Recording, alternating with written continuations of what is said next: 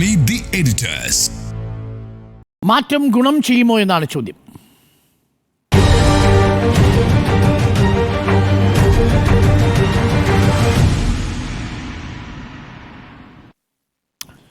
ഉണ്ണി ബാലകൃഷ്ണൻ, നമ്മൾ പലതവണ ചർച്ച ചെയ്ത വിഷയമാണ്. നേതൃമാറ്റം വരാൻ പോകുന്നു. പലപ്പോഴും ഹൈക്കമാൻഡ് തീരുമാനത്തെ സംസ്ഥാനത്തെ ഒരു വിഭാഗം നേതാക്കൾ എതിർത്തിരുന്ന പശ്ചാത്തലത്തിലും പ്രതിപക്ഷ നേതാവ് മാറാതെ സംസ്ഥാന അധ്യക്ഷനെ മാറ്റാൻ പാടില്ല എന്ന തരത്തിലുള്ള ചില ഇക്വേഷൻസ് നിലവിലിരുന്നതിനാലുമാണ് ആ തടസ്സമുണ്ടായത്.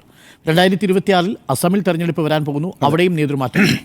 കേരളത്തിലും തെരഞ്ഞെടുപ്പ് വരാൻ പോകുന്നു, ഇവിടെയും നേതൃമാറ്റം വേണം എന്നതാണ് ഹൈക്കമാൻഡിൻ്റെ നിലപാടെങ്കിൽ നേതൃമാറ്റം ഏറെക്കുറെ ഉറപ്പായി. ഇനി അവസാന മണിക്കൂറിൽ എന്ത് സംഭവിക്കുമെന്ന് നമുക്കറിയില്ല. മാറ്റം ഗുണം ചെയ്യുമോ? നോക്കൂ, താങ്കൾ സൂചിപ്പിച്ചതുപോലെ കഴിഞ്ഞ ഏതാനും മാസങ്ങളായി തന്നെ നമ്മൾ ചർച്ച ചെയ്തുകൊണ്ടിരിക്കുന്ന ഒരു കാര്യമാണ് KPCC അധ്യക്ഷൻ സ്ഥാനത്ത് നിന്ന് കെ സുധാകരനെ മാറ്റുമെന്ന്. എന്തായാലും ഇപ്പോൾ അദ്ദേഹം തന്നെയാണ്, കെ സുധാകരൻ തന്നെയാണ് KPCC അധ്യക്ഷനായി തുടരുന്നത്. അവസാനം നമുക്ക് ലഭിച്ചിട്ടുള്ള ബൈറ്റിൽ അദ്ദേഹം പറയുന്നത് ഹൈക്കമാൻഡ് എടുക്കുന്ന ഏത് തീരുമാനത്തെയും അംഗീകരിക്കും എന്ന് തന്നെയാണ്. അത് സാധാരണഗതിയിൽ ഏത് KPCC പ്രസിഡന്റും ഏത് പാർട്ടി പ്രവർത്തനം പറയുന്ന ഒരു കമൻറ്റ് മാത്രമാണ്. ഇപ്പോൾ നമ്മൾ ഈ ചർച്ചയ്ക്ക് വീണ്ടും ഈ വിഷയം വരുന്നത് 28-ാം തീയതി മറ്റന്നാൾ AICC ആസ്ഥാനത്ത് കേരളത്തിലെ എല്ലാ പ്രമുഖ നേതാക്കളെയും വിളിച്ചു വരുത്തിയ ഒരു യോഗം ഹൈക്കമാൻഡ് നടത്തുന്നു എന്നുള്ളതാണ്. ആ യോഗം നിശ്ചയമായും നടക്കാനിരിക്കുന്ന തെരഞ്ഞെടുപ്പിന് മുന്നോടിയായിട്ടുള്ള ഏറ്റവും പ്രധാനപ്പെട്ട യോഗമാണ്. കേരളം എന്ന് പറയുന്നത് കോൺഗ്രസിനെ സംബന്ധിച്ച് അവർ വലിയ പ്രതീക്ഷ വെച്ച് പുലർത്തുന്ന ഒരു സംസ്ഥാനമാണ്, അല്ലേ? ഇന്നിപ്പോൾ രാജ്യത്ത് തന്നെ ആകെ 3 സംസ്ഥാനങ്ങളിലാണ് കോൺഗ്രസിന് ഭരണമുള്ളത്: കർണാടകയിലും തെലങ്കാനയിലും ഹിമാചൽ പ്രദേശിലും. അത് കഴിഞ്ഞാൽ പിന്നെ അവർ പ്രതീക്ഷ വെച്ച് പുലർത്തുന്ന സംസ്ഥാനം എന്ന് പറയുന്നത് കേരളമാണ്. അതുകൊണ്ട് കേരളത്തിലൊരു വീഴ്ചയും വന്നുകൂടാ എന്ന നിലപാടിൽ തന്നെയാണ് ഹൈക്കമാൻഡ് ഉള്ളത്. അപ്പോൾ സ്വാഭാവികമായും കോൺഗ്രസിനെ പുനരുജ്ജീവിപ്പിക്കുക എന്നത് ഹൈക്കമാൻഡിൻ്റെ ഒരു ദൗത്യമായി അവർ കാണുന്നുണ്ട്. പ്രത്യേകിച്ച് കനകോലുവിൻ്റെ റിപ്പോർട്ട് എന്ന് പറയുന്നത് ഞാൻ മനസ്സിലാക്കുന്നത് ഇവിടെ നേതാക്കൾക്കിടയിൽ യാതൊരു ഐക്യവുമില്ല. ആദ്യം ഉണ്ടാകേണ്ടത് നേതാക്കൾക്കിടയിലുള്ളൊരു ഐക്യമാണ് എന്നുള്ളതാണ്. ഇപ്പം ഞാൻ അടുത്ത ദിവസം ഒരു ഘടകകക്ഷിയായിട്ടുള്ള മുസ്ലിം ലീഗിൻ്റെ ഒരു വളരെ പ്രമുഖനായ നേതാവുമായി സംസാരിച്ചപ്പോൾ അദ്ദേഹം പറഞ്ഞൊരു കാര്യം എന്താണെന്നറിയാമോ? കോൺഗ്രസ് വലിയ അപകടത്തിലൂടെയാണ് പോയിക്കൊണ്ടിരിക്കുന്നത്. അവർക്ക് യാതൊരു ഐക്യവും ഉണ്ടാവുന്നില്ല. അവരുടെ നേതൃനിര പല തട്ടിലാണ്. അവരെ സംബന്ധിച്ചിടത്തോളം അവർക്ക് മുഖ്യമന്ത്രിയായാൽ മതി, സർക്കാർ ഉണ്ടാക്കണമെന്നോ അല്ലെങ്കിൽ പാർട്ടി അധികാരത്തിൽ വരണമെന്നോ ഒന്നും തന്നെ അവർക്കില്ല. മുഖ്യമന്ത്രിയാകുക എന്നുള്ളതാണ് ലക്ഷ്യം എന്നുള്ളതാണ്. അതൊരു ഘടകകക്ഷിക്ക് പോലും ആ അഭിപ്രായം ഉണ്ടായിരിക്കുന്നു എന്നുള്ളതാണ്. അപ്പോൾ കോൺഗ്രസിനെ സംബന്ധിച്ച്, ദേശീയ നേതൃത്വത്തെ സംബന്ധിച്ച് ഒരു വീഴ്ചയും ഇവിടെ ഈ തെരഞ്ഞെടുപ്പിൽ സംഭവിക്കാൻ പാടില്ല. അതുകൊണ്ട് കോൺഗ്രസ് ഒരു പുനരുജ്ജീവനം, ഒരു സംഘടന എന്ന നിലയ്ക്ക് കോൺഗ്രസിന് ഉണ്ടായേ മതിയാകൂ എന്ന കാര്യത്തിൽ തർക്കമില്ല. കാരണം 2026 എന്ന് പറഞ്ഞ തെരഞ്ഞെടുപ്പ് നിർണായകമാണ് കോൺഗ്രസിൻ്റെ കേരളത്തിലെ നിലനിൽപ്പുമായി ബന്ധപ്പെട്ട്, അല്ലേ? 2016 LDF ജയിച്ചു വരുന്നു, 2021 അവർ ജയിച്ചു വരുന്നു. അവർ തുടർഭരണം കേരളത്തിൻ്റെ ചരിത്രത്തിൽ ആദ്യമായിട്ടുണ്ടാകുന്നു. ഇനിയിപ്പോൾ 3-ാം വട്ടവും അധികാരത്തിൽ വരും എന്ന നിലയ്ക്കാണ് CPM-ഉം LDF-ഉം നിലയെടുത്തിരിക്കുന്നത്. അത്രയും ആത്മവിശ്വാസത്തിലാണ് അവർ 2026 തെരഞ്ഞെടുപ്പിലേക്ക് പോകുന്നത്. അതിന് ഒട്ടേറെ ഘടകങ്ങൾക്ക് അവർക്ക് അനുഗുണമായിട്ടുമുണ്ട്. കാരണം അതൊരു വലിയ കെട്ടുറപ്പുള്ള മുന്നണിയാണ്. ഏറ്റവും ഒടുവിൽ UDF നിന്ന് കേരള കോൺഗ്രസ് M കൂടി അപ്പുറത്തോട്ട് പോയതോടുകൂടി UDF എന്ന് പറയുന്നത് ദുർബലമായൊരു മുന്നണിയായിട്ട് മാറിയിട്ടുണ്ട്. അവിടെ ഈ പറയുന്ന കോൺഗ്രസും ലീഗും കഴിഞ്ഞാൽ പിന്നെ സംസ്ഥാനത്ത് സ്വാധീനമുള്ള പാർട്ടികൾ ആരും തന്നെയില്ല. RMP വടകരയിൽ മാത്രമുള്ളൊരു പാർട്ടിയാണ്. പാലായിലും മാണി സി കാപ്പൻ UDF സ്വതന്ത്രനായിട്ട് ജയിച്ചു വരുന്നുണ്ട്. ജോസഫിൻ്റെ പാർട്ടിക്ക് കിട്ടിയിട്ടുള്ളത് 2 സീറ്റാണ്. അപ്പോൾ ഈ അർത്ഥത്തിൽ പിറവത്ത് ജേക്കബിൻ്റെ പാർട്ടിക്ക് ഒരു സീറ്റുണ്ട്. ഇങ്ങനെയാണ് ഘടകകക്ഷികളുടെ 5 സീറ്റ്. പിന്നെ മുസ്ലിം ലീഗ് കൊണ്ടുവന്നിട്ടുള്ള 15 സീറ്റാണ്. ആകെ 20 സീറ്റാണ് ഘടകകക്ഷിയിൽ ഈ മുന്നണിയിൽ ഇപ്പോൾ നിലവിൽ നിയമസഭയിൽ കൊണ്ടുവന്നിട്ടുള്ളത്. ബാക്കി 21 സീറ്റുകളാണ് കോൺഗ്രസിനുള്ളത്. അതായത് 41 സീറ്റുകൾ. നിങ്ങൾ ആലോചിക്കണം, 2001 AK ആന്റണി അധികാരത്തിൽ വരുമ്പോഴല്ലോ കോൺഗ്രസ് 99 സീറ്റ് നേടിയാണ് അധികാരത്തിൽ വരുന്നത്, UDF അധികാരത്തിൽ വരുന്നത്. അന്ന് കോൺഗ്രസിൻ്റെ സീറ്റ് എത്രയാണെന്നറിയാവോ? 63 സീറ്റാണ്. 63 സീറ്റുകളിൽ നിന്ന് 2006 വരുമ്പോൾ കോൺഗ്രസ് എത്ര സീറ്റിലേക്കാണ് വീഴുന്നതെന്നറിയാവോ? 24 സീറ്റുകളിലേക്കാണ് വീഴുന്നത്. നേരെ 3-1 സീറ്റുകളിലേക്ക് ചുരുങ്ങി. കഷ്ടിച്ചാണ് 2011 നമുക്കൊക്കെ അറിയുന്നത് പോലെ കോൺഗ്രസും UDF അധികാരത്തിൽ വരുന്നത് കേവലം 2 സീറ്റിൻ്റെ ഭൂരിപക്ഷത്തിൽ. അന്ന് കോൺഗ്രസിൻ്റെ സീറ്റ് എത്രയാണെന്നറിയാവോ? 38. അതായത് നേരത്തെ 63 കിട്ടിയ സീറ്റുകളിൽ നിന്ന് 2011 അധികാരത്തിലേക്ക് വീണ്ടും വരുമ്പോൾ കിട്ടുന്ന സീറ്റ് എന്ന് പറയുന്നത് 38 ഈ VD സൈസ് നേരത്തെ ഒരു കണക്ക് പറഞ്ഞിട്ടുണ്ടല്ലോ, 63 സീറ്റെന്ന്. അത് ഈ 2001 കണക്കാണ്. 63 സീറ്റ് വരെ നമുക്ക് കിട്ടിയിട്ടുണ്ട്. അത് പിടിച്ചെടുക്കാൻ നമുക്ക് കഴിയുമെന്ന് VD സൈസിൻ്റെ ഒരു കണക്ക് പറയുമ്പോൾ പിന്നീട് വന്നിട്ടുള്ള തെരഞ്ഞെടുപ്പുകളിലെല്ലാം തന്നെ കോൺഗ്രസ് ശോഷിക്കുന്നതാണ് നമ്മൾ കണ്ടിട്ടുള്ളത്. 2021 സീറ്റ് ഞാൻ നേരത്തെ പറഞ്ഞ 21 സീറ്റ്, 2014 എത്ര സീറ്റ്? 22 സീറ്റ്. അപ്പം ഈ രീതിയിൽ കോൺഗ്രസ് വളരെയധികം ശുഷ്കിച്ചിട്ടുണ്ട് എന്നുള്ള കാര്യത്തിൽ സംശയമില്ല. അതുകൊണ്ട് കോൺഗ്രസിനെ സംബന്ധിച്ചിടത്തോളം ഒരു ജീവൻ മരണ പോരാട്ടമാണ് 2026 തെരഞ്ഞെടുപ്പ് എന്ന് പറയുന്നത്. ഈ തെരഞ്ഞെടുപ്പിൽ കൂടി പ്രതിപക്ഷത്തേക്ക് കോൺഗ്രസ് പോവുകയാണെങ്കിൽ UDF തന്നെ കേരളത്തിൽ ഉണ്ടാകുമോ എന്നുള്ള സംശയമുണ്ട്. കാരണം പിന്നെ ലീഗ് UDF-ൽ തുടരുമോ? ഈ ഘടകകക്ഷികളുടെയൊക്കെ ഒരു പ്രശ്നം എന്താണ്? അധികാരമില്ലാതെ എങ്ങനെ നിലനിൽക്കാൻ കഴിയും? ഒരു MLA എന്നോട് പറഞ്ഞ കാര്യമാണ്, പ്രതിപക്ഷ MLA എന്നോട് പറഞ്ഞ കാര്യമാണ്. അദ്ദേഹം പറയുന്നത് രാവിലെ വാതിൽ തുറക്കുമ്പോൾ ഒരു 100 പേര് വീടിൻ്റെ വാതിലുണ്ടാവും. 100 പേരുണ്ടാവും. ഈ 100 പേരിൽ നമുക്കൊരു 10-20 പേരുടെ കാര്യമെങ്കിലും പരിഹരിച്ചു കൊടുക്കാൻ കഴിയും. അപ്പോൾ 20 പേരുടെ കാര്യം പരിഹരിച്ചാൽ ബാക്കി 80 പേർക്ക് ഒരു പ്രതീക്ഷയാണ്, ദേ മറ്റേയാളുടെ പ്രശ്നം പരിഹരിച്ചിട്ട് നമുക്ക് ഒന്നുകൂടി പോകാം. ഇങ്ങനെ ഓരോരോ ദിവസവും കുറേ പ്രശ്നങ്ങൾ പരിഹരിക്കും. ഇങ്ങനെ പ്രശ്നങ്ങൾ പരിഹരിച്ചാണ് ഈ ആളുകളെ ഇവർ കൂട്ടത്തിൽ നിർത്തുന്നത്. ഇങ്ങനെ പരിഹരിക്കണമെങ്കിലുണ്ടല്ലോ അധികാരം വേണം. അധികാരമില്ലാതിരുന്നാൽ പ്രശ്നങ്ങൾ പരിഹരിക്കാൻ കഴിയില്ല. അപ്പോൾ എന്ത് പറ്റും? ആളുകൾ വരാതാകും. ആളുകൾ വരാതായാൽ എന്ത് പറ്റും? അടുത്ത തെരഞ്ഞെടുപ്പിൽ തോറ്റുപോകും. ഇതാണ് പ്രശ്നം. അപ്പോൾ അധികാരമില്ലാതെ തുടരാൻ കഴിയാത്തൊരവസ്ഥയുണ്ട്. അതുകൊണ്ട് 2026 നിയമസഭാ തെരഞ്ഞെടുപ്പിൽ UDF അധികാരത്തിൽ വന്നില്ല എങ്കിൽ കോൺഗ്രസിനെ സംബന്ധിച്ചിടത്തോളം, മുന്നണിയെ സംബന്ധിച്ചിടത്തോളം അത് എന്താ പറയുക, അത് ഏതാണ്ട് അവസാനത്തിലേക്ക് പോകുന്നു എന്ന് നമുക്ക് പറയാം. അതുകൊണ്ട് നമ്മുടെ ചോദ്യത്തിലേക്ക് വരുമ്പോൾ ഈ പ്രശ്നത്തെ ഏറ്റെടുത്ത് മുന്നോട്ട് കൊണ്ടുപോകേണ്ടതും അധികാരത്തിൽ UDFനെ എത്തിക്കേണ്ടതിൻ്റെയും പ്രാഥമികവും ആദ്യത്തേതുമായ ഉത്തരവാദിത്വം ആർക്കാവുള്ളത്? കോൺഗ്രസിനാണുള്ളത്. ആ കോൺഗ്രസിൻ്റെ സംഘടനയുടെ അവസ്ഥ എന്താണ്? ഇപ്പോൾ KPCC പ്രസിഡന്റായിട്ട് സുധാകരൻ വരുമ്പോൾ അദ്ദേഹം ഒരു ഫയർ ബ്രാൻഡ് ലീഡർ എന്നുള്ള നിലയ്ക്ക് തന്നെയാണ് വന്നിട്ടുള്ളത്, ഒരു സംശയവും വേണ്ട. അപ്പോൾ ആ ഫയർ ബ്രാൻഡ് ലീഡറെ കൊണ്ടുവരുമ്പോൾ വലിയ രീതിയിൽ പാർട്ടി പുനരുജ്ജീവിക്കപ്പെടും എന്നുള്ളൊരു പ്രതീക്ഷയും ഉണ്ടായിരുന്നു. പക്ഷേ ഇന്നിപ്പം 10 DCC പ്രസിഡന്റുമാരെ മാറ്റാൻ ആലോചിക്കുന്നത് എന്തുകൊണ്ടാണ്? ഒരു DCCയും പ്രവർത്തിക്കുന്നില്ലെന്നേ. ആകപ്പാടെ എറണാകുളം, മലപ്പുറം, കണ്ണൂർ, തൃശ്ശൂർ 4 DCCകളാണ് ഭേദപ്പെട്ട രീതിയിൽ പ്രവർത്തിച്ചുകൊണ്ടിരിക്കുന്നതെന്നാണ് കനകോലു റിപ്പോർട്ട് ചെയ്തുകൊണ്ടിരിക്കുന്നതും അതുപോലെ തന്നെ ഹൈക്കമാൻഡിൻ്റെ വിലയിരുത്തലും. അതുകൊണ്ടാണ് ഈ ബാക്കി 10 എന്ന് പറയുന്നത്. തിരുവനന്തപുരത്ത് എന്തെങ്കിലും പ്രവർത്തനം നടക്കുന്നുണ്ടോ? ആലപ്പുഴയിൽ നിന്നാണ് ഞാൻ വരുന്നത്. ആലപ്പുഴയിൽ എന്തെങ്കിലും പ്രവർത്തനം നടക്കുന്നുണ്ടോ? കൊല്ലത്ത് എന്തെങ്കിലും പ്രവർത്തനം നടക്കുന്നുണ്ടോ? ഈ പറയുന്ന 4 ജില്ലകൾ അങ്ങോട്ട് മാറ്റിവെച്ച് കഴിഞ്ഞാൽ ബാക്കി 10 ജില്ലകളിലും പാർട്ടി നിർജ്ജീവമാണെന്നുള്ളൊരു പ്രശ്നമുണ്ട്. ഇനി തെരഞ്ഞെടുപ്പിലേക്ക് പോകുമ്പോൾ ആദ്യം പ്രവർത്തിക്കേണ്ട ഘടകം ഏതാണ്? ബൂത്താണ്, അല്ലേ? ബൂത്ത് മുതൽ അങ്ങോട്ട് തുടങ്ങി KPCC വരെ പ്രവർത്തിക്കണം. ഈ KPCC മുതൽ ബൂത്ത് വരെ പ്രവർത്തന സജ്ജമാകണമെങ്കിൽ അതിൻ്റെ ചുക്കാൻ പിടിക്കുന്ന ആൾ വലിയ ഒരു നല്ല പ്രവർത്തകനായിരിക്കണം, ഊർജ്ജസ്വലനായിരിക്കണം, അല്ലേ? അത് KPCC പ്രസിഡന്റാണ്. ഒരു തെരഞ്ഞെടുപ്പിനെ കോൺഗ്രസിനെ സംബന്ധിച്ചിടത്തോളം ഒരു തെരഞ്ഞെടുപ്പിലെ അവരുടെ ഏറ്റവും മാസ്റ്റർ ക്യാമ്പയിനറും മാസ്റ്റർ ഓർഗനൈസറും എപ്പോഴും KPCC അധ്യക്ഷനായിരിക്കും. ഞാൻ പറയുന്നത് ഒരു പോസ്റ്റർ എത്തിക്കുന്നത് മുതൽ, ചുവരെഴുതുന്നത് മുതൽ, പാർട്ടി പ്രവർത്തകരെ എല്ലാ വീടുകളിലേക്കും പറഞ്ഞു വിടുന്നത് മുതലുള്ള ഒട്ടേറെ സംഘടനാ പ്രവർത്തനങ്ങളുണ്ട്. ആ സംഘടനാ പ്രവർത്തനങ്ങൾ മുഴുവൻ കോർഡിനേറ്റ് ചെയ്യേണ്ട ഒരാളെന്നുള്ള നിലയ്ക്ക് KPCC അധ്യക്ഷന് ഒരു തെരഞ്ഞെടുപ്പിൽ വലിയ റോളാണുള്ളത്. പ്രതിപക്ഷ നേതാവൊക്കെ ഉണ്ടാവും, മറ്റൊരുപാട് നേതാക്കളുണ്ടാവും. പക്ഷേ പാർട്ടി ആക്ടിവിറ്റി എന്ന് പറയുന്നതിനെ, പാർട്ടി മെഷീനറിയെ ചലിപ്പിക്കുന്നത് KPCC അധ്യക്ഷനാണ്. അത് സുധാകരന് പറ്റുന്നുണ്ടോ, അല്ലെങ്കിൽ പറ്റുമോ? ഇതാണ് പ്രധാനപ്പെട്ട ചോദ്യം. ഇപ്പോൾ പാർട്ടിയിൽ തന്നെ അദ്ദേഹത്തെക്കുറിച്ച് പറയുന്നത് അദ്ദേഹത്തിന് ചില ആരോഗ്യ പ്രശ്നങ്ങളുണ്ട് എന്നുള്ളതാണ്. ഇനി മറ്റൊരു കാര്യം, ഒട്ടൊക്കെ മാധ്യമങ്ങളിൽ നിന്ന് ഒഴിഞ്ഞു നിന്നുകൊണ്ടാണ് ഇപ്പോൾ KPCC അധ്യക്ഷനായിട്ടുള്ള സുധാകരൻ പോയിക്കൊണ്ടിരിക്കുന്നത്. ഇന്ന് അദ്ദേഹം മാധ്യമങ്ങളെ കാണുന്നത് തന്നെ ഒരു ഇടവേളയ്ക്ക് ശേഷമാണ്. പക്ഷേ തെരഞ്ഞെടുപ്പിൻ്റെ സമയത്ത് അങ്ങനല്ല. തെരഞ്ഞെടുപ്പിൻ്റെ സമയത്ത് മണിക്കൂർ വെച്ച് മാധ്യമങ്ങളെ കാണേണ്ടി വരും.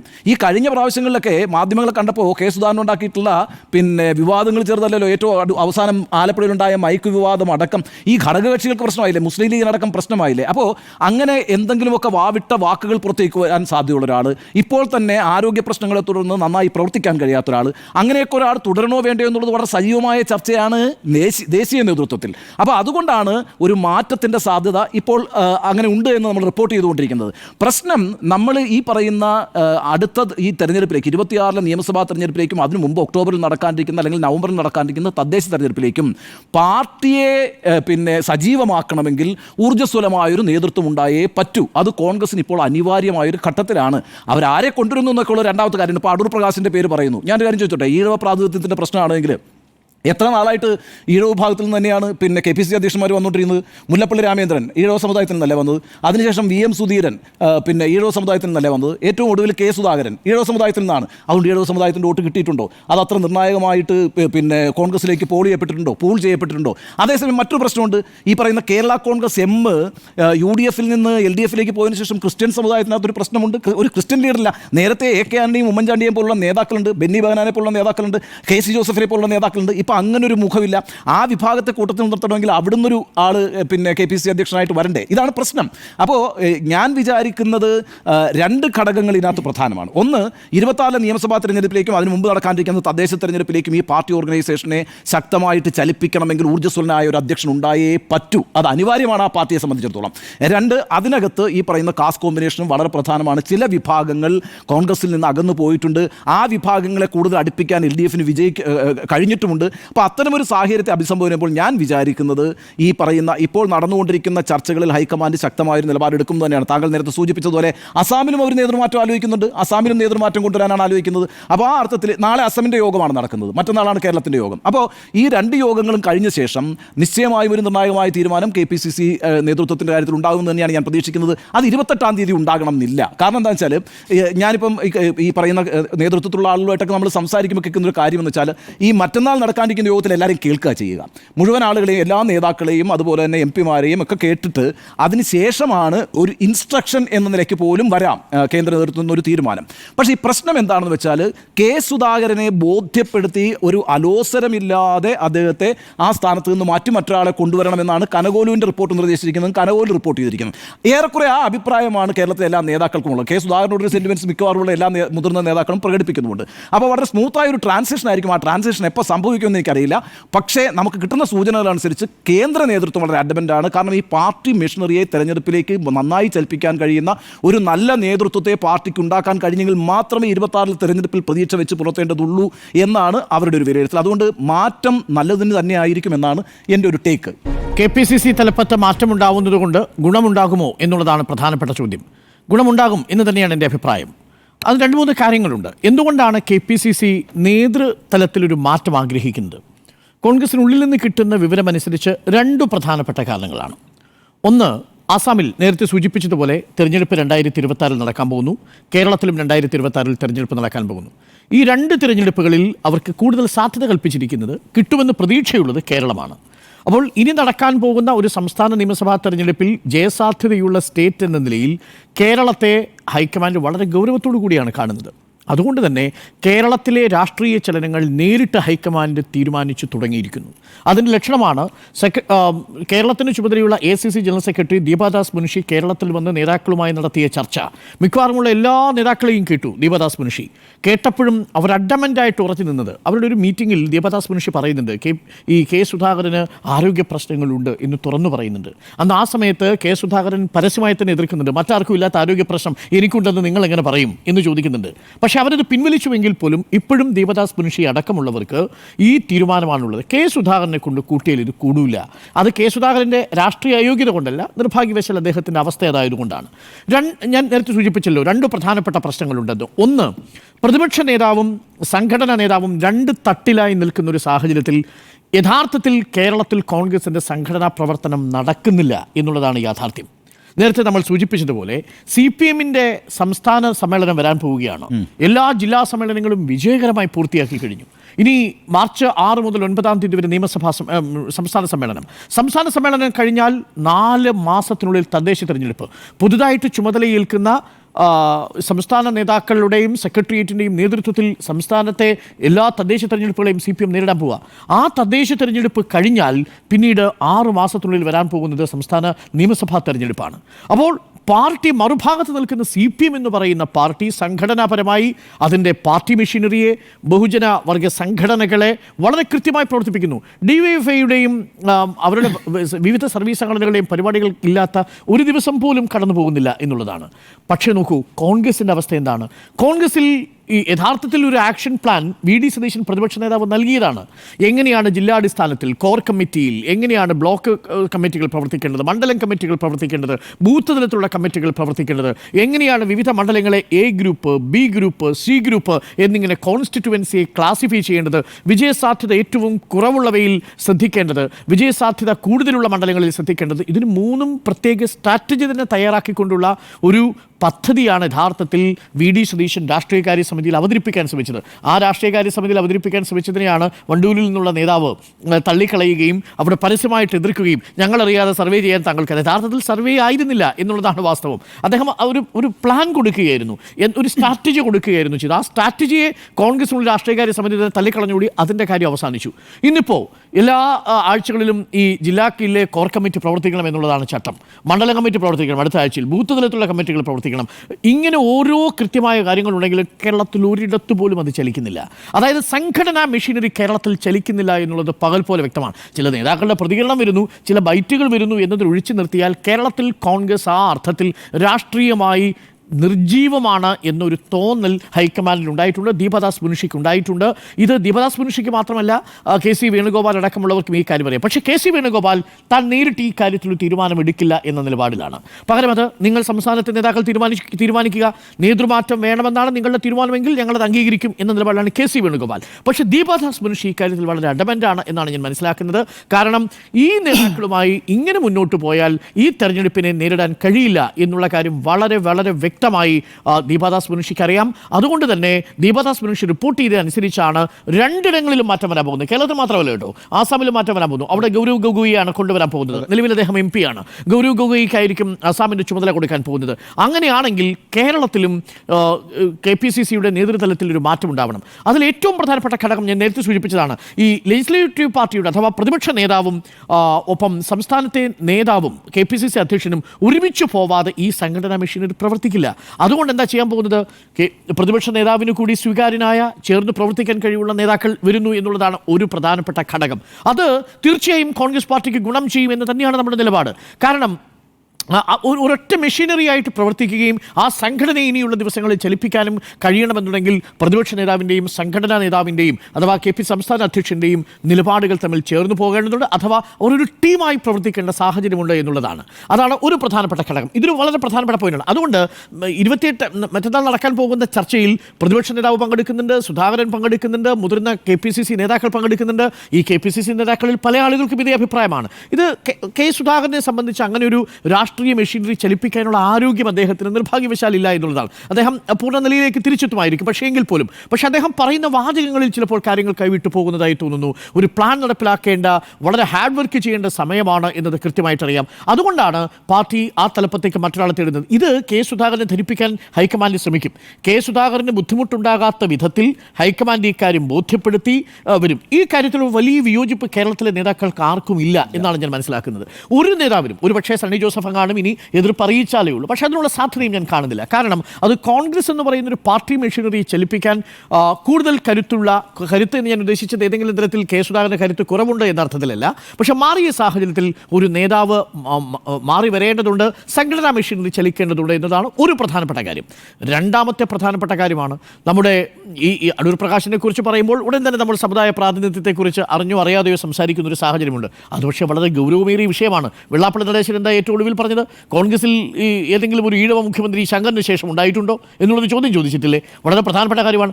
നിലവിൽ നോക്കൂ, KPCC അധ്യക്ഷ സ്ഥാനത്തേക്ക് ഈഴവ സമുദായത്തിൽ നിന്നുള്ളവർ വന്നിട്ടുണ്ട്. നിലവിലുള്ള MLA-മാരുടെ സ്ഥിതി എന്താ? 21 MLA-മാരിൽ എത്ര ഈഴവ MLA-മാരുണ്ട്? ഈഴവ സമുദായത്തിൽ നിന്നുള്ള MLA-മാരുണ്ട് 3 പേര് മാത്രമേ ഈഴവ സമുദായത്തിൽ നിന്നുള്ളവരുള്ളൂ എന്നാണ് എൻ്റെ കണക്ക്. അങ്ങനെയാണെങ്കിൽ കൃത്യമായിട്ടും അടൂർ പ്രകാശ് വരുന്നതിലൂടെ ഒരു മെസ്സേജ് കൊടുക്കാൻ സാധിക്കും. ആറ്റിങ്ങൽ മണ്ഡലത്തിലെ മാത്രം വോട്ട് നമ്മൾ എടുത്ത് പരിശോധിച്ചാൽ മതി. 10.5% ഉണ്ടായിരുന്ന വോട്ട് 2019 ആകുമ്പോൾ ശോഭാ സുരേന്ദ്രൻ 28% വർദ്ധിപ്പിക്കുന്നുണ്ട്. അത് 31% വർദ്ധിപ്പിക്കുന്നുണ്ട് പിന്നീട് മുരളീധരൻ. അതായത് ആറ്റിങ്ങൽ മണ്ഡലത്തിൽ പോലും ഈഴവ സമുദായത്തിൽ നിന്നുള്ള ഒരു വലിയ ഒഴുക്ക് CPM-ൻ്റെയും അതേപോലെ കോൺഗ്രസിൻ്റെയും ഭാഗത്തു നിന്നുണ്ടായിട്ടുണ്ട്. അതിന് ഏറ്റവും വലിയ ഡാമേജ് ഉണ്ടായിരിക്കുന്നത് നിർഭാഗ്യവശാൽ കോൺഗ്രസിനാണ് എന്ന് നമുക്ക് പറയേണ്ടി വരും. അത് ആലപ്പുഴയിലും അതേ പ്രതിഭാസം ആവർത്തിക്കുന്നുണ്ട്. കേരളം ഉടനീളം ആ പ്രതിഭാസം ആവർത്തിക്കുന്നുണ്ട്. 11 ഇടങ്ങളിൽ BJP 1ാം സ്ഥാനത്തെത്തുമ്പോൾ ഈഴവ സമുദായത്തിൻ്റെ പ്രാതിനിധ്യം BJP വോട്ടിൽ കാണാൻ കഴിയും. അതിനെ അവഗണിക്കാൻ കഴിയില്ല. അപ്പോൾ അതുകൊണ്ട് BJPക്ക് കോൺഗ്രസിൻ്റെ ഒരു പരമ്പരാഗത വോട്ട് ബാങ്കുകളെ ചേർത്ത് നിർത്തുന്നതിനോടൊപ്പം ഈ ഈഴവ കമ്മ്യൂണിറ്റി വോട്ടുകൾ നഷ്ടപ്പെടാതിരിക്കുക എന്നൊരു പ്രധാനപ്പെട്ട ടേക്കാണ്. ബെന്നി ബെഹനാൻ നല്ലൊരു ടേക്കാണ്. പക്ഷേ ഞാൻ മനസ്സിലാക്കുന്നത് ആത്യന്തികമായി ഇപ്പോൾ എത്തിച്ചേർന്നിരിക്കുന്നത് അടൂർ പ്രകാശിലേക്കാണ്. അതിന് 3 കാരണങ്ങളുണ്ടെന്നാണ് മനസ്സിലാക്കുന്നത്. ഒന്ന്, അടൂർ പ്രകാശിന് മറ്റെല്ലാ നേതാക്കളുമായിട്ടും ഒരു സൗമ്യ സൗഹൃദമുണ്ട്. അത് ബെന്നി ബെഹനാനുമുണ്ട് എങ്കിൽ പോലും അടൂർ പ്രകാശ് ആ അർത്ഥത്തിൽ ഒരു സീസൺഡ് ആയ പൊളിറ്റീഷ്യനാണ്. ബെന്നി ബെഹനാനും അതുപോലെ തന്നെ. നോക്കൂ, കോന്നി പോലൊരു മണ്ഡലത്തെ 23 തവണ 23 വർഷം പ്രതിനിധീകരിക്കുകയും ആറ്റിങ്ങൽ മണ്ഡലത്തിലേക്ക് എത്തുമ്പോൾ വിജയസാധ്യതയില്ല എന്ന് നമ്മൾ പറഞ്ഞ പല ഘട്ടങ്ങളിലും വളരെ കൃത്യമായ പോൾ മാനേജ്മെൻറ്റോടുകൂടി തിരിച്ചു വരാൻ കഴിയുകയും ചെയ്തൊരു പോൾ മാനേജർ കൂടിയാണ് അടൂർ പ്രകാശ്. അതുകൊണ്ട് ഈ വരാൻ പോകുന്നത് തിരഞ്ഞെടുപ്പിൻ്റെ കാലമാണല്ലോ. ഈ തദ്ദേശ തിരഞ്ഞെടുപ്പുകൾ ചിട്ടയായിട്ട് ക്രമീകരിക്കണം, പോൾ മാനേജ് ചെയ്യണം ഓരോ സ്ഥലങ്ങളിലും. അതേപോലെ നിയമസഭകളിലേക്കുള്ള സീറ്റ് വിഭജനമടക്കം പല ഘടകങ്ങൾ ചിന്തിക്കണം. ഇതെല്ലാം കൃത്യമായി തലപ്പത്തിരുന്ന് ചിന്തിക്കാൻ കഴിയുന്ന ഒരു പോൾ മാനേജറെ പാർട്ടിക്ക് ആവശ്യമുണ്ട് എന്നുള്ളതാണ് രണ്ടാമത്തെ ഒരു പ്രധാനപ്പെട്ട ടേക്ക് എന്ന് പറയുന്നത്. മൂന്നാമത്തത്, അദ്ദേഹം എല്ലാ നേതാക്കളുമായിട്ടും വളരെ കൃത്യമായി സൗഹൃദം സ്ഥാപിക്കുന്നു എന്ന് മാത്രമല്ല മറ്റെല്ലാ സമുദായ നേതാക്കളുമായിട്ടും സൗഹൃദമുള്ളയാളാണ് അടൂർ പ്രകാശ് എന്നുള്ളത്. ഹൈക്കമാൻഡിൽ ഇപ്പോൾ KC വേണുഗോപാലുമായിട്ട് അടുത്ത ബന്ധമാണ്. പ്രതിപക്ഷ നേതാവ് രമേശ് ചെന്നിത്തലയുമായിട്ട് അടുത്ത ബന്ധമാണ്. അതേപോലെ VD സതീശനുമായിട്ട് നല്ല ബന്ധമാണ്. രമേശ് ചെന്നിത്തലയുമായിട്ട് നല്ല ബന്ധമാണ്. അപ്പോൾ അദ്ദേഹം വരുമ്പോൾ സ്വാഭാവികമായും എതിർപ്പുണ്ടാവാനുള്ള സാധ്യതയില്ല എന്ന് തന്നെയാണ് നമ്മളും കാണുന്നത്. ബെന്നി ബെഹനാനെ സംബന്ധിച്ച് ഉമ്മൻചാണ്ടിക്ക് ശേഷം AK ആന്റണിക്ക് ശേഷം അഥവാ ക്രിസ്ത്യൻ സഭാ നേതൃത്വവുമായിട്ട് അടുത്ത് നിൽക്കുന്ന ഒരു നേതാവെന്ന പരിഗണനയുണ്ട്. അദ്ദേഹം കൃത്യമായിട്ടും അടൂർ പ്രകാശിനോടൊപ്പം റൈറ്റ് ഹാൻഡായി ഈ തെരഞ്ഞെടുപ്പിനെ നേരിടാൻ കേരളത്തിൽ തന്നെ ഉണ്ടാവും എന്നതും എനിക്ക് ഉറപ്പാണ്. കോൺഗ്രസ് ഒരു പക്ഷേ അതെങ്ങനെയാണ് ഇനി വരാൻ പോകുന്നത് നമുക്കറിയില്ല. മറ്റൊരു പ്രധാനപ്പെട്ട കാര്യം, ഈ പുനഃസംഘടനയ്ക്കൊപ്പം തന്നെ മറ്റൊരു ചർച്ച കൂടി നടക്കുന്നുണ്ട്. അതിൽ ഏറ്റവും പ്രധാനപ്പെട്ടത് ഈ ഒരു ജംബോ കമ്മിറ്റി വേണോ എന്നുള്ളൊരു ചർച്ചയാണ്. നിലവിൽ 21 ജനറൽ സെക്രട്ടറിമാരാണുള്ളത്. അവർക്ക് 42 സെക്രട്ടറിമാരെ കൂടി കൊടുത്തുകൊണ്ട് ഇത് പ്രവർത്തിപ്പിക്കണം എന്നുള്ളതാണ് പാർട്ടിയിലെ ആവശ്യം. എന്നാൽ അതല്ല, മുല്ലപ്പള്ളിയുടെയൊക്കെ കാലത്തെ പോലെ വലിയ ജംബോ കമ്മിറ്റി കൊടുത്ത് അക്കോമഡേറ്റീവ് പൊളിറ്റിക്സ് വേണ്ട എന്ന നിലപാടിലാണ് ദീപാദാസ് മുൻഷി ഹൈക്കമാൻഡും. അതുകൊണ്ടാണ് ഇപ്പോൾ ഈ തീരുമാനമെടുത്തില്ലെങ്കിൽ ഇനി ഈ തീരുമാനമെടുക്കേണ്ട ആവശ്യമില്ല എന്ന നിലപാടിലേക്ക് എത്തുന്നതും കേരളത്തിലും അസാമിലും ആ അർത്ഥത്തിൽ നേതൃമാറ്റം വരുന്നതും. അത് ഏതെങ്കിലും തരത്തിൽ A സുധാകരനെ ഒരു ഈഗോ ഹട്ടി എന്ന തരത്തിലുള്ള അദ്ദേഹത്തിൻ്റെ ഒരു ദൗർബല്യം ചൂണ്ടിക്കാണിച്ചുകൊണ്ടല്ല, പക്ഷേ ഒരു മാറ്റം ആവശ്യമാണ് എന്ന് തിരിച്ചറിഞ്ഞുകൊണ്ടാണ് ഹൈക്കമാൻഡ് ഇത് ചെയ്യാൻ പോകുന്നത്. അങ്ങനെയാണെങ്കിൽ അടൂർ പ്രകാശ് താമസിയാതെ KPCCയുടെ തലപ്പത്തേക്ക് എത്താൻ പോകുന്നു എന്ന് തന്നെയാണ് നമ്മൾ മനസ്സിലാക്കുന്നത്. അങ്ങനെ വരുമ്പോൾ പ്രതിപക്ഷ നേതാവും KPCC അധ്യക്ഷനും തമ്മിലുള്ള ഒരു കെമിസ്ട്രി അത് കൂടുതൽ കൃത്യമായിട്ട് ഉപയോഗപ്പെടുത്താൻ കഴിയുമെന്ന് ദീപദാസ് മുൻഷി കരുതുന്നു. പക്ഷേ ഇക്കാര്യത്തിൽ കേരളത്തിലെ കോൺഗ്രസിലെ ചില നേതാക്കൾക്കൊരു അതൃപ്തിയുണ്ട്. എന്താണെന്ന് വെച്ചാൽ കേരളത്തിലെ കാര്യങ്ങൾ തീരുമാനിക്കുന്നത് ഡൽഹിയിൽ നിന്നാണ് എന്ന നിലയിലേക്ക് കാര്യങ്ങൾ മാറുന്നുണ്ട്. ദീപദാസ് മുൻഷിയുടെ കേരളത്തിലെ സജീവ സാന്നിധ്യം ചില മുതിർന്ന കോൺഗ്രസ് നേതാക്കൾക്ക് അതൃപ്തി ഉണ്ടാക്കിയിട്ടുണ്ട് എന്നാണ് നമ്മൾ അവരുമായി സംസാരിക്കുമ്പോൾ മനസ്സിലാക്കാൻ കഴിയുന്നത്. പക്ഷേ നിവൃത്തിയില്ല. കേരളത്തിൽ കോൺഗ്രസിനെ ചലിപ്പിച്ച മതിയാവൂ. ഹൈക്കമാൻഡ് കേരളത്തിൽ ഇന്ത്യയിൽ ഏറ്റവും കൂടുതൽ പോസിബിലിറ്റി കാണുന്ന ഒരു സ്റ്റേറ്റ് എന്ന നിലയിൽ വളരെ പ്രധാനപ്പെട്ട കാര്യമാണ്. ഒരു കാര്യം കൂടി പറഞ്ഞ് അവസാനിപ്പിക്കാം. രാഹുൽ ഗാന്ധി കേരളത്തിലെ വേറൊരു തരത്തിലുള്ള ഇക്വേഷൻ രൂപപ്പെട്ടിട്ടുണ്ടെന്നാണ് ഞാൻ മനസ്സിലാക്കിയത് ചില നേതാക്കളുമായിട്ട് സംസാരിച്ചപ്പോൾ. അതായത് ഈ MP-മാരെല്ലാവരും കൂടി വളരെ യൂണിറ്റിയോടുകൂടി ഒരുമിച്ച് നിൽക്കുന്നുണ്ട്. കേരളത്തിൽ നിന്ന് പോയ 19 MP-മാരും നേരിട്ട്, അതിൽ തന്നെ ഈ കോൺഗ്രസിലെ MP-മാർ രാഹുൽ ഗാന്ധിയുമായിട്ട് നിരന്തരം സംഭാഷണങ്ങൾ നടത്തുകയും നിരന്തരം തീരുമാനങ്ങൾ എടുക്കുകയും ചെയ്യുന്നു എന്നുള്ളത് കേരളത്തിൽ ചില നേതാക്കൾക്ക് ആശങ്കയുണ്ടാക്കിയിട്ടുണ്ട്. അങ്ങനൊരു വേറൊരു രാഷ്ട്രീയ പ്രതിഭാസം കൂടി സംഭവിക്കുന്നുണ്ട് എന്നുള്ളതാണ്. പക്ഷേ ഇതിനിടയ്ക്ക് അടൂർ പ്രകാശ് വരാനുള്ള സാധ്യത തെളിയുന്നു എന്ന് തന്നെയാണ് ഞാൻ മനസ്സിലാക്കുന്നത്. ആന്റോ അഗസ്റ്റിൻ, ഈ സാധാരണ പറയാറുണ്ട് ഈ കേരളത്തിലെ ഇപ്പോൾ അടുത്ത കാലത്തായിട്ട് കോൺഗ്രസ് നേതാക്കൾ ഫുട്ബോൾ ഗ്രൗണ്ടിൽ ഓട്ടമത്സരം കളിക്കുന്നവരാണ് എന്ന് പറയുന്നുണ്ട്. ഇതൊരു ഫുട്ബോളാണെന്നുള്ളത് മറന്നുപോവുകയും കയ്യിൽ കിട്ടിയ പന്തുമായിട്ട് കൂടെ നിൽക്കുന്ന ആളുകളെ നോക്കാതെ ഒറ്റയ്ക്ക് മുഖ്യമന്ത്രി എന്നൊരൊറ്റ ഗോൾ പോസ്റ്റിലേക്ക് നിറയൊഴിക്കാൻ പോവുകയും ചെയ്തുകൊണ്ടിരിക്കുന്നു എന്നുള്ളതാണ്. പക്ഷേ കാലിൽ നിന്ന് പന്ത് നഷ്ടപ്പെട്ടു പോകുന്നതും സ്വന്തം ഗോൾ പോസ്റ്റിൽ വന്ന് വീഴുന്നതും പല ഘട്ടങ്ങളിലും വിനയാവുന്നു എന്നതാണ് യാഥാർത്ഥ്യം. ഇതിനിടയിലാണ് ഈ നേതൃമാറ്റ ചർച്ചകൾ നടക്കുന്നത്. മാറ്റം ഗുണം ചെയ്യുമോ? ഞാൻ വിചാരിക്കുന്നത് കേരളത്തിൽ KPCC പ്രസിഡന്റിനെ മാറ്റുക എന്ന് പറയുന്നത് ഒരിക്കലും നടക്കാത്തൊരു കാര്യം എന്നുള്ളതാണ്. കാരണം അതിൻ്റെ പ്രധാനപ്പെട്ട കാര്യം എന്ന് പറയുന്നത് സുധാകരനാണല്ലോ KPCC പ്രസിഡന്റ് എന്നയാൾ. സുധാകരൻ എന്ത് നിലപാട്, അദ്ദേഹത്തെ മാറ്റിയാൽ അദ്ദേഹം എന്ത് നിലപാട് സ്വീകരിക്കും എന്നുള്ള കാര്യത്തെക്കുറിച്ച് ഹൈക്കമാൻഡിന് വലിയ ആശങ്കയുണ്ട്. അതുകൊണ്ടാണല്ലോ ഈ കഴിഞ്ഞ പ്രാവശ്യം ഏകദേശം 2-3 മാസങ്ങളായി നടക്കുന്ന ചർച്ചകളിലൊന്നും ഈ സുധാകരനെ മാറ്റാത്തതിനുള്ള കാരണം എന്ന് പറയുന്നത് അദ്ദേഹം എന്ത് നിലപാടെടുക്കുന്നുള്ളത് ഹൈക്കമാൻഡിനെ സംബന്ധിച്ചിടത്തോളം വലിയ ആശങ്കയുള്ളൊരു കാര്യമാണ്. അതുപോലെ തന്നെ എന്താണ് ഈ പറയുന്ന KPCC പ്രസിഡന്റ് സ്ഥാനത്തേക്ക് ഇപ്പോൾ ആരൊക്കെയാണ് ഉന്നം വെച്ചിരിക്കുന്നത്? ഇപ്പോൾ MK രാഘവൻ തുടങ്ങി, അടൂർ പ്രകാശ്, ബെന്നി ബെഹനാൻ, ആന്റോ ആന്റണി, കൊടിക്കുന്നിൽ സുരേഷ്, സണ്ണി ജോസഫ്, 6 KPCC പ്രസിഡന്റ് സ്ഥാനാർത്ഥിയാകാൻ വേണ്ടിയിട്ട് കൂട്ടുകൂട്ടിയിരിക്കുന്ന ആൾക്കാരുണ്ട് ഇപ്പോൾ. അപ്പോൾ അവരെ സംബന്ധിച്ചിടത്തോളം അവരെ ആ പോസ്റ്റിലേക്ക് അവർ ഏതെങ്കിലും ഒരു സ്ഥലത്ത് ആശിച്ചിട്ടുണ്ടാവും ഞാൻ KPCC പ്രസിഡന്റ് ആവും എന്നുള്ളത്. അതിനെല്ലാവരും അവരുടേതായ രീതിയിൽ കരുനീക്കങ്ങൾ നടത്തുന്നുണ്ട്. ഇപ്പോൾ സണ്ണി ജോസഫിൻ്റെ കാര്യത്തിലാണെങ്കിലും കൊടിക്കുന്നിൽ സുരേഷിൻ്റെ കാര്യത്തിലാണെങ്കിലും ബെന്നി ബെഹനാൻ്റെ കാര്യത്തിലാണെങ്കിലും പിന്നെ അതുപോലെ അടൂർ പ്രകാശിൻ്റെ കാര്യത്തിലാണെങ്കിലും ഇവരെല്ലാം അവരുടേതായ രീതിയിലെല്ലാം അവർ നീക്കങ്ങൾ നടത്തുന്നുണ്ട്. KPCC പ്രസിഡന്റ് അവർ ഒരു കാര്യം വിജയിക്കാത്ത കാരണം എന്താണ്? സുധാകരനെ മാറ്റിയാൽ സുധാകരൻ ചിലപ്പോൾ ഈ പറഞ്ഞ പരിപാടി തന്നെ നിർത്തിപ്പോയി കളയും. അപ്പോൾ അങ്ങനെ മൈൻഡ് സെറ്റ്. അതിന് വേറൊരു കാരണമുണ്ട്. സുധാകരൻ്റെ കൂടെ നേതാക്കന്മാരുടെ ഒരു നിരയുണ്ട് എന്നുള്ളതാണ്. സുധാകരൻ്റെ കൂടെ ഒരു നിരയുണ്ട്. എന്ത് പറഞ്ഞാലും സുധാകരൻ്റെ കൂടെ ഒരു നിര. എന്തുകൊണ്ടാണ് സുധാകരനെ KPCC പ്രസിഡന്റാക്കി നിയമിക്കാൻ KC വേണുപോലെ അല്ലെങ്കിൽ ഹൈക്കമാൻഡ് തീരുമാനിക്കാനുള്ള കാരണം? കോൺഗ്രസ് സംബന്ധിച്ചിടത്തോളം കോൺഗ്രസിൻ്റെ അടിത്തറ എന്ന് പറയുന്നത് എന്താണ്? ഇടതുപക്ഷ വിരുദ്ധതയാണ്. ഇടതുപക്ഷ വിരുദ്ധതയിലാണ് കോൺഗ്രസ് നിലനിന്ന് പോയിട്ടുള്ളത് കേരളത്തിൽ എപ്പോഴും. അതിന് ഏറ്റവും നല്ല ആളെന്നുള്ള നിലയ്ക്കാണ് ഈ പറഞ്ഞ സുധാകരനെ KPCC പ്രസിഡന്റ് ആക്കാനുള്ള കാരണം ആന്റി പിണറായി എന്നുള്ളതാണ്. അതുകൊണ്ട് അത് കണ്ണൂരിൽ നിന്നുള്ള നേതാവ് എന്നുള്ള നിലയ്ക്കാണ് KPCC പ്രസിഡന്റായിട്ട് സുധാകരൻ നിയമിക്കാനുള്ള കാരണം. അതുപോലെ തന്നെയാണ് VD സതീശനെ പ്രതിപക്ഷ നേതാവാക്കാനുള്ള കാരണം. യങ്ങായി അണികളെല്ലാം ചെറുപ്പക്കാരെ നേതാക്കന്മാരെ എല്ലാവരും ഒരുമിച്ച് നിർത്താം എന്നുള്ള രീതിയിൽ ഇവർ സീനിയറായ സുധാകരൻ പറയുന്നത് കേൾക്കും എന്നുള്ളൊരു മൈൻഡ് സെറ്റോട് കൂടിയിട്ടാണ് അന്ന് ഹൈക്കമാൻഡ് VD സതീശനെ പ്രതിപക്ഷ നേതാവാക്കുന്നത്. കാരണം കമ്പാരിറ്റീവ്ലി ജൂനിയറായ VD സതീശനെ KPCC സുധാകരനേക്കാളും ജൂനിയറായ ആൾ സുധാകരൻ പറയുന്നത് കേൾക്കുമെന്നുള്ള മൈൻഡ് സെറ്റ് ഉണ്ടായിരുന്നു. പക്ഷേ എന്ത് സംഭവിച്ചു? 1 വർഷത്തിനുള്ളിൽ ഇവർ 2 ആയി പിരിഞ്ഞു. ഒരു വർഷത്തെ ഇവർക്ക് ഒരു വർഷം ഒന്നിച്ചു പോകാൻ പറ്റിയില്ല. അതോടുകൂടി ഈ ഹൈക്കമാൻഡ് എന്താണോ കേരളത്തിൽ വിചാരിച്ചത് ആ പറയുന്ന സംവിധാനം പൊളിഞ്ഞടുങ്ങി എന്നുള്ളതാണ്. അതിനുശേഷം സുധാകരൻ്റെ വഴിക്കും വി ഡി സതീശൻ്റെ വഴിക്കുമാണ് പോയിക്കൊണ്ടിരിക്കുന്നത്. അതിനേക്കാളും അപ്പുറമുള്ള കാര്യം എന്താണ്? സംഘടനയെ ചലിപ്പിക്കാൻ സുധാകരന് കഴിയുന്നുണ്ടോ? കേരളത്തിലെ KPCC എന്നുള്ള നേതാവിന് പ്രസിഡന്റിനാണ് KPCC പ്രസിഡന്റിനെ സംഘടനയെ ചലിപ്പിക്കാൻ കഴിയുള്ളൂ. ബൂത്ത് തലം തുടങ്ങി മണ്ഡലം കമ്മിറ്റി, ജില്ലാ കമ്മിറ്റി, സംസ്ഥാന കമ്മിറ്റി, KPCC കമ്മിറ്റികൾ മുഴുവൻ ഏകദേശം എത്ര 21 ജനറൽ സെക്രട്ടറിമാരുള്ള പാർട്ടിയാണ് KPCC എന്ന് പറയുന്നത്. അവരെ പോലും ഒറ്റ കൊടക്കയിൽ കൊണ്ടു നടക്കാൻ വേണ്ടി ഈ KPCC പ്രസിഡന്റ് പറ്റുന്നില്ല എന്നുള്ളതാണ്. അപ്പം കേരളത്തിലെ സംബന്ധിച്ചിടത്തോളം എന്താണ് ഇപ്പോൾ ഒരു തീരുമാനം എടുക്കാമെന്ന് വെച്ചോളൂ, ഏത് KPCC പ്രസിഡന്റിനെ മാറ്റാൻ എന്ന് തീരുമാനം എടുക്കുന്നു. ആ സമയം പറയാൻ പോകുന്നത് എന്താണ്? ആ സുധാകരന് അനുകൂലികളായ സുധാകരന് കൂടെയുള്ള നേതാക്കന്മാർ പറയുന്നത് VD സതീശനെ മാറ്റണം എന്ന് പറയും. കാരണം ഇത് സുധാകരൻ ഏതർത്ഥത്തിലാണ് മാറ്റുന്നത്? സുധാകരൻ കഴിഞ്ഞ ഇലക്ഷനുകളെല്ലാം വിജയിപ്പിച്ചിട്ടുണ്ട്, സംഘടനയെ ചലിപ്പിച്ചിട്ടുണ്ട്. അവരെ വാദം അതാണല്ലോ, സംഘടനയെ ചലിപ്പിച്ചിട്ടുണ്ട്, നല്ല രീതിയിലാണ് പ്രവർത്തനം പോയിക്കൊണ്ടിരിക്കുന്നത്. ലോകസഭയിൽ 19 സീറ്റോട് കൂടിയിട്ട് പിന്നെ 18 സീറ്റോട് കൂടിയിട്ട് കോൺഗ്രസിനെ തിരിച്ച് അധികാരത്തിൽ കൊണ്ടുവന്നു. അപ്പോൾ അങ്ങനെയുള്ള നിലയ്ക്ക് അത്രയധികം വർക്ക് ചെയ്ത സുധാകരൻ ഏതർത്ഥത്തിലാണ് മാറ്റുന്നത്? അങ്ങനെയാണെങ്കിൽ VD സതീശനെ മാറ്റണമെന്ന് പറയും. VD സതീശനെ മാറ്റൽ പ്രാക്ടിക്കലാണോ? VD സതീശനെ മാറ്റൽ പ്രാക്ടിക്കലല്ല. അപ്പോൾ ഞാൻ വിചാരിക്കുന്നത് സുധാകരനെയും VD സതീശനെയും അതേ നിലനിർത്തിക്കൊണ്ട് അതാണ് ഞാൻ പറയുന്നത്. അരുൺ സാറേ, ഇതിനകത്ത് പ്രാക്ടിക്കലായി ഞാൻ ഒറ്റ കാര്യം പറയാം. കേരളത്തിലെ കോൺഗ്രസിന് പ്രാക്ടിക്കലായ കാര്യം എന്താണ്? നമ്മൾ ഈ പ്രാക്ടിക്കലല്ലാതെ കോൺഗ്രസ്സുകാർ പോലും ചിന്തിക്കുന്നില്ല. ഞാൻ പറയുന്നത് ഈ പറയുന്ന നേതാക്കന്മാരുണ്ടല്ലോ, ഞാൻ നേരത്തെ പറഞ്ഞ KPCC പ്രസിഡന്റ് ആകാൻ വേണ്ടി നടക്കുന്ന നേതാക്കന്മാർ, അതുപോലെ തന്നെയാണല്ലോ പിന്നെ മുഖ്യമന്ത്രി സ്ഥാനാർത്ഥിയായി നടക്കുന്ന ആൾക്കാർ, VD സതീശനാണെങ്കിലും രമേശ് ചെന്നിത്തലയാണെങ്കിലും പിന്നെ വേണുഗോപാലാണെങ്കിലും പിന്നെ ആരാണ് നമ്മുടെ ശശി തരൂരാണെങ്കിലും എല്ലാം മുഖ്യമന്ത്രി സ്ഥാനാർത്ഥിയാണ്. ഇവരൊക്കെ മനസ്സിലാക്കേണ്ട ഒരു കാര്യം എന്ന് പറയുന്നത് കേരളത്തിൽ അങ്ങനെ ഒരു അടിത്തറയുള്ള പാർട്ടിയായി ഇപ്പോൾ കോൺഗ്രസ് ഇല്ല.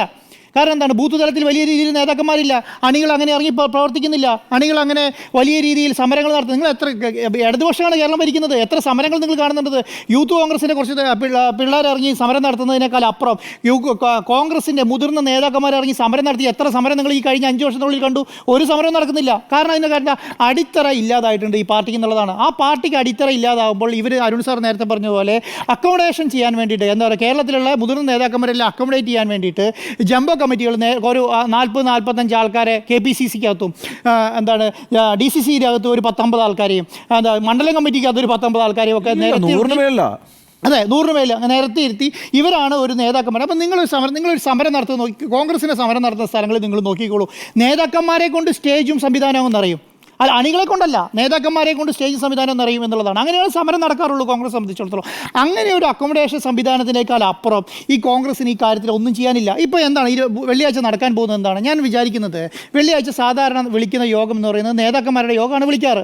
ഇപ്രാവശ്യം കേരളത്തിലുള്ള എല്ലാ MPമാരുടെ യോഗം കൂടെ വിളിച്ചു. എല്ലാ MPമാരോടും ഡൽഹിയിലെത്താൻ പറഞ്ഞിട്ടുണ്ട്. രാജ്യസഭാ MPമാരോട് ഡൽഹിയിലെത്താൻ പറഞ്ഞു. അതിനുള്ള കാരണം എന്താണ്? അതിനുള്ള കാരണം എന്ന് പറയുന്നത് അരുൺ സാർ നേരത്തെ പറഞ്ഞതുപോലെ ഡൽഹിയിലുള്ള MPമാരെല്ലാം രാഹുൽ ഗാന്ധിയുമായി നല്ല രീതിയിൽ നല്ല ബന്ധത്തിൽ പോവുകയാണ്.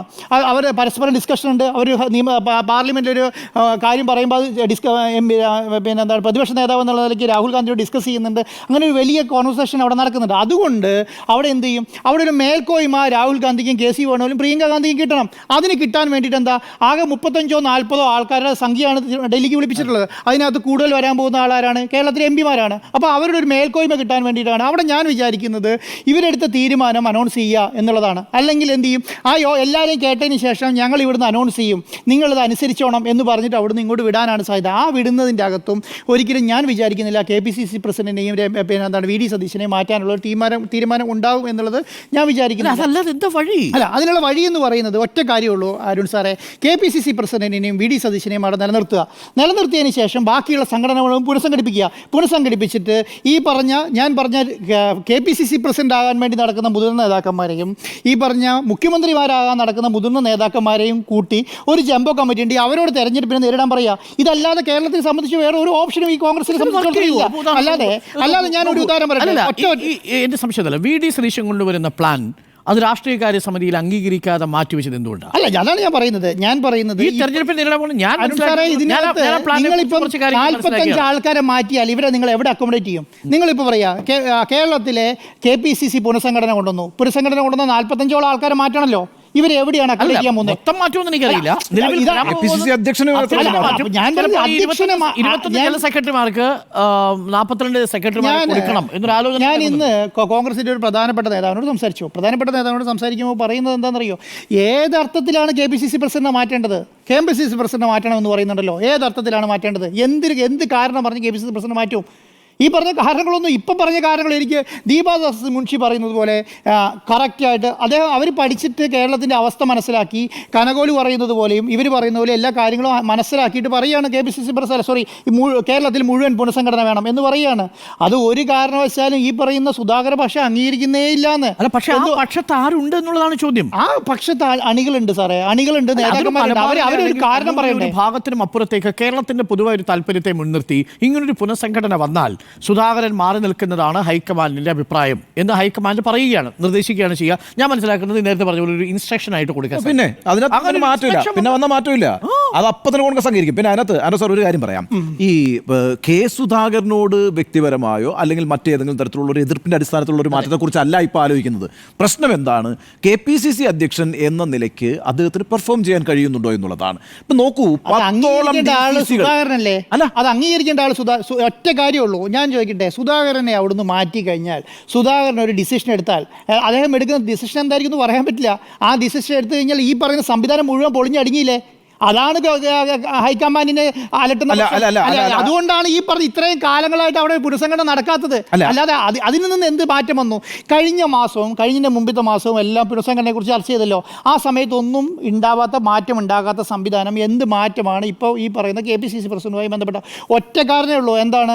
ആസാമിലെ പുനഃസംഘടന വരുന്നുണ്ട്. ആസാമിലെ പുനഃസംഘടന വന്നു. അതെന്താണ്?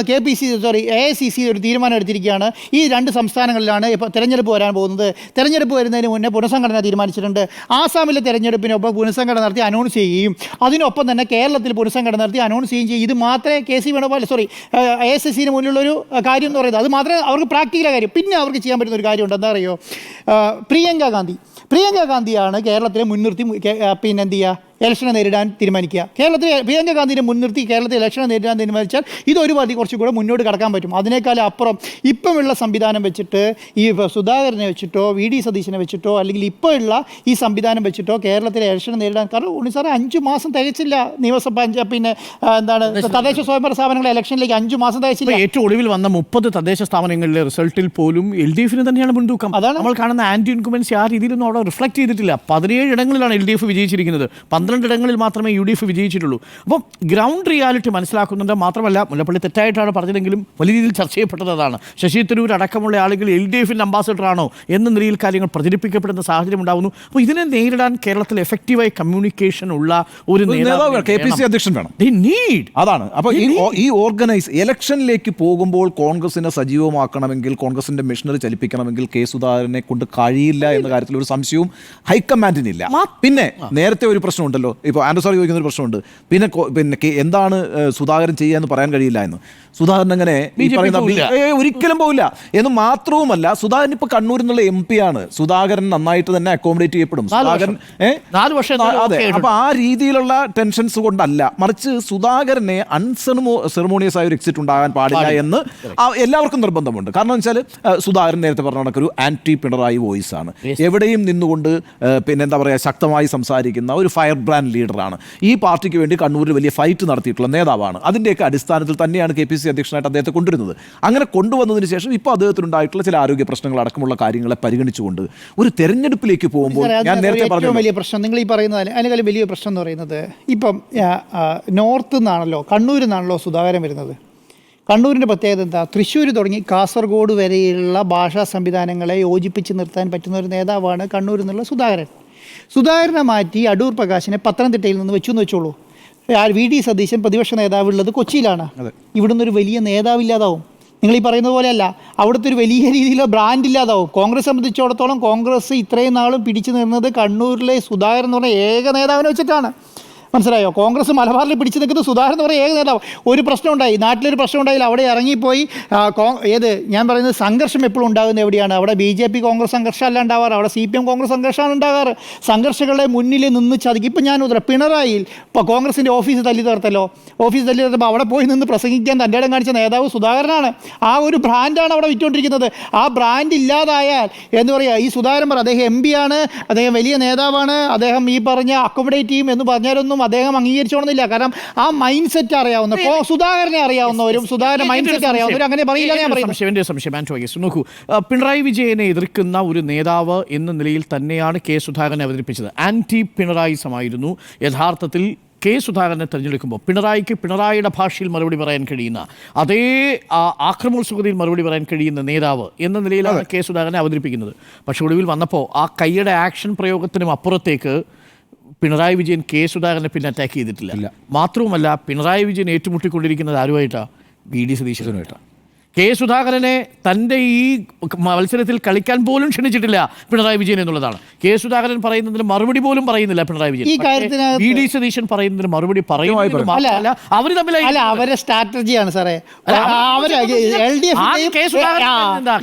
പിണറായി കെ സുധാകരനുമായിട്ട് ഏറ്റുമുട്ടുമ്പോൾ കെ സുധാകരന്റെ അണികൾക്ക് കിട്ടുന്ന ഒരു ഹർഷോന്മാല അപ്പുറത്തേക്കൊന്നും ഉണ്ടായിരുന്നില്ല. അതുപോലും അതാണ് ഞാൻ പറയുന്നത്.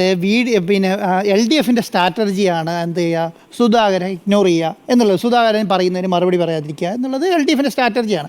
ആ LDFന്റെ സ്ട്രാറ്റജിയാണ് എന്ത്, കമ്പാരിറ്റീവ്ലി അനക്കങ്ങൾ ഉണ്ടാക്കാൻ പറ്റില്ല എന്ന് അവർ വിശ്വസിക്കുന്ന VD സതീശനുമായിട്ട് ഫൈറ്റ് ചെയ്യുക എന്നുള്ളത്. അതുകൊണ്ട് മാറ്റം ഉണ്ടാവില്ല. നേരെ മറിച്ച് സുധാകരനുമായിട്ടാണ് പിണറായി വിജയൻ്റെ ഫൈറ്റ് വരുന്നതെങ്കിൽ ഇവിടുന്ന് അതിനനുസരിച്ചുള്ള മറുപടി തിരിച്ചു വരും. ഇവിടുന്ന് അങ്ങനെ VD സതീശൻ്റെ ഭാഗത്ത് ആ ലെവലിലുള്ള മറുപടി വന്നാൽ തന്നെ ആ ലെവലിൽ വലിപ്പം അതിനുണ്ടാവില്ല.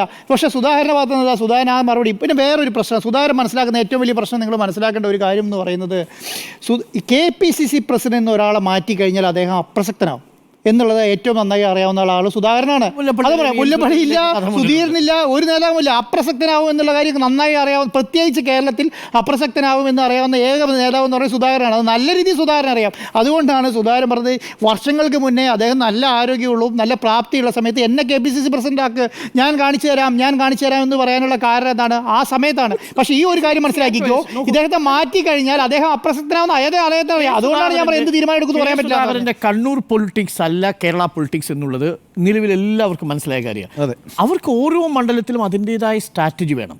നോക്കൂ, പാലക്കാടും ചേലക്കരയിലും ആ സ്ട്രാറ്റജി ഉപയോഗിച്ചത് രണ്ട് രീതിയിലാണ് എക്സിക്യൂട്ട് ചെയ്യാൻ ശ്രമിച്ചത്. കേരളത്തിൽ ഇനി വരാൻ പോകുന്ന 140 പാലക്കാടും ചേലക്കരയിലും കെ സുധാകരൻ ഇല്ല. അവിടെ ഉണ്ട്, അതാണ് ഞാൻ പറയുന്നത്. വയനാട്ടിൽ മാത്രമേ ഉള്ളൂ. അത് ജയിച്ച വയനാട്ടിൽ. എന്റെ ചോദ്യം ഇത്രയേ ഉള്ളൂ, ചേലക്കരയിൽ എന്ത് മാറ്റമാണ് സുധാകരൻ ഉണ്ടായിട്ടും ഇല്ലെങ്കിലും നടന്നത്? ഒരു മാറ്റവും ചേലക്കര നടന്നിട്ടില്ല. നോക്കൂ, അവിടെ കെ സുധാകരനെ പാലക്കാട് സ്ട്രാറ്റജി ആരുടേതായിരുന്നു? അത് VD സതീശന്റെയും ഷാഫി പറമ്പിലിന്റെയും സ്ട്രാറ്റജി ആയിരുന്നു. ചേലക്കരയിൽ ആരുടെ സ്ട്രാറ്റജി ആയിരുന്നു? VD സതീശന്റെ സ്ട്രാറ്റജി ആയിരുന്നു. പക്ഷെ പരാജയപ്പെട്ടു. പക്ഷെ അവിടെ നന്നായി പെർഫോം ചെയ്തു എന്നാണ് പാർട്ടിയുടെ വിലയിരുത്തൽ. കാര്യം എന്താ? അവിടെ കഴിഞ്ഞ തവണത്തേക്കാൾ ഭൂരിപക്ഷം കുറയ്ക്കാൻ സാധിച്ചു. 10-12,000 വോട്ടിന്റെ കുറവ് അവിടെ വരുത്താൻ സാധിച്ചു എന്നത് മാത്രമാണ്. അവിടെ സ്ഥാനാർത്ഥി നിർണ്ണയം പാളി എന്നുള്ളതാണ് കോൺഗ്രസിന്റെ ഒരു വിലയിരുത്തൽ. അതവിടെ നിൽക്കട്ടെ. പക്ഷേ ചേലക്കരയിലും പാലക്കാട്ടും KPCC അധ്യക്ഷൻ വരാൻ എന്താ? KPCC അധ്യക്ഷൻ അവിടെ വന്ന് എന്തെങ്കിലും സംസാരിച്ചാൽ അറിയോ, ഈ KPCC അധ്യക്ഷൻ സംസാരിച്ചു കഴിഞ്ഞാൽ പുറകെ പോയി തിരുത്താൻ ഒരു സംഘം പോകേണ്ടി വരും എന്നുള്ളതാണ് പ്രശ്നം. ഇത് കൊടുക്കുന്ന ടെൻഷൻ ചെറുതാണോ? 140 മണ്ഡലങ്ങളിൽ നിങ്ങൾ സംസാരിക്കണം. അത് മാത്രമല്ല, മണിക്കൂർ വെച്ച് സംസാരിക്കണം. ഓരോ മണിക്കൂറിലും നിങ്ങൾ മാധ്യമങ്ങളെ അഭിസംബോധന. തെരഞ്ഞെടുപ്പിലേക്ക് പോയി കഴിഞ്ഞു കഴിഞ്ഞാൽ പിന്നെ നിരന്തരം വിഷയങ്ങളാണ്, ഇഷ്യൂസ് ആണ്. അപ്പോൾ ഓരോ ഇഷ്യൂവിനോടും വളരെ കൃത്യമായി പ്രതികരിച്ച് പോകേണ്ട ഒരാളാണ് KPCC അധ്യക്ഷൻ. അത് മാത്രമല്ല അയാളുടെ പണി. അയാളെ സംബന്ധിച്ചിടത്തോളം ബൂത്ത് തല മുതൽ പ്രവർത്തനം സജ്ജമാക്കണം. ഇത് ചെറിയൊരു കാര്യമല്ല. പാർട്ടി മെഷീനറി ചലിപ്പിക്കുക എന്ന് പറയുന്നത് ഒന്നാമത്തെ കാര്യം. പിന്നെ ഈ CPM-ന്റെ ഒരു മെഷീനറി പോലെയല്ല കോൺഗ്രസിന്റെ മെഷീനറി. അവിടെ ആളുകളെ ഒന്ന് പുറത്തേക്ക്, ഒരു കോൺഗ്രസ് പ്രവർത്തകനെ, ഒരു ബൂത്ത് തലത്തിലുള്ള പ്രവർത്തകനെ പ്രവർത്തനത്തിനായി പുറത്തേക്കൊന്ന് ഇറക്കണമെങ്കിലുള്ള അധ്വാനം എത്ര വലുതാണെന്ന് അറിയാവോ? അപ്പം അതിന് പണം വേണം. അതിന് അങ്ങനെയുള്ള ഒരുപാട് കാര്യങ്ങൾ. ചെറിയ പ്രശ്നമുണ്ട്. നിങ്ങൾ ഈ പറയുന്നതിനേക്കാളും വലിയ പ്രശ്നം എന്ന് പറയുന്നത്, KPCCക്ക് ജില്ലാ പ്രസിഡന്റുമാരെ മാറ്റാനുള്ള അധികാരം ഉണ്ടോ ഇല്ലയോ കോൺഗ്രസിനകത്ത്? KPCCക്ക് ജില്ലാ പ്രസിഡന്റുമാരെ കോൺഗ്രസിന്റെ ജില്ലാ പ്രസിഡന്റുമാരെ മാറ്റാൻ അതുണ്ടോ ഒരു അങ്ങനെ ഒരു നിലപാട് സുധാകരൻ സ്വീകരിച്ചു എന്ന് വെച്ചോളൂ. എടുക്കാൻ കഴിയില്ല. അതാണ് പ്രശ്നം. അവിടെയാണ് പ്രശ്നം. ഈ തീരുമാനം മുഴുവൻ ഇരിക്കുന്നത് AICC-യിലാണ്. AICC എന്ത് തീരുമാനം എടുത്തോ അത് നടപ്പിലാക്കുക എന്നുള്ളതിനേക്കാൾ അപ്പുറം കേരളത്തിലെ കോൺഗ്രസിന്റെ KPCC പ്രസിഡന്റ് ഒന്നും ചെയ്യാനില്ല. അതാണ് സത്യം.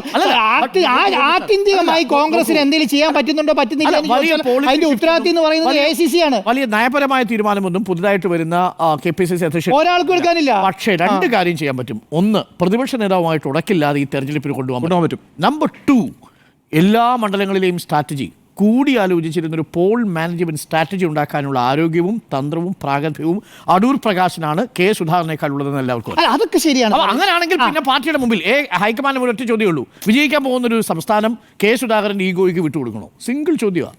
ആ ചോദ്യത്തിന് ഉത്തരമാണ് ഇപ്പോൾ വരാൻ പോകുന്നത്. അല്ല സാർ, ഇത് നമ്മൾ ഓരോ ജില്ലാ പ്രസിഡന്റുമാരെയും തിരഞ്ഞെടുക്കുമ്പോൾ അതാത് ജില്ലകളിൽ അതാത് സമവാക്യങ്ങൾ നോക്കിയിട്ടാണല്ലോ തീരുമാനിക്കുക. ആ തീരുമാനങ്ങൾ എടുത്ത് മുന്നോട്ട് പോകാൻ ഒരു കാരണവശാലും ആർക്ക് പറ്റുന്നില്ല? സുധാകരൻ പറ്റുന്നില്ല. അതിന് കാരണം എന്ന് പറയുന്നത് AICC അതിനൊന്നും സമ്മതിക്കുന്നില്ല. നമ്മൾ ഈ പറയുന്ന എല്ലാ പുനഃസംഘടനയും നടത്തിക്കോളൂ എന്ന് പറയും. എന്നിട്ട് പറയും ഇപ്പോൾ തൽക്കാലം നിർത്തിക്കോളാൻ പറയും. KPCC പുനഃസംഘടന നടത്തിക്കോളാൻ പറയും. ഇപ്പോൾ നിർത്തിക്കോളാൻ പറയും. ഇതാണ് നടന്നുകൊണ്ടിരിക്കുന്നത്. മാസങ്ങളായിട്ട് നടന്നത്. സുധാകരനെ ഇപ്പോഴെങ്കിലും നിങ്ങൾ എന്ത് ചെയ്യണം?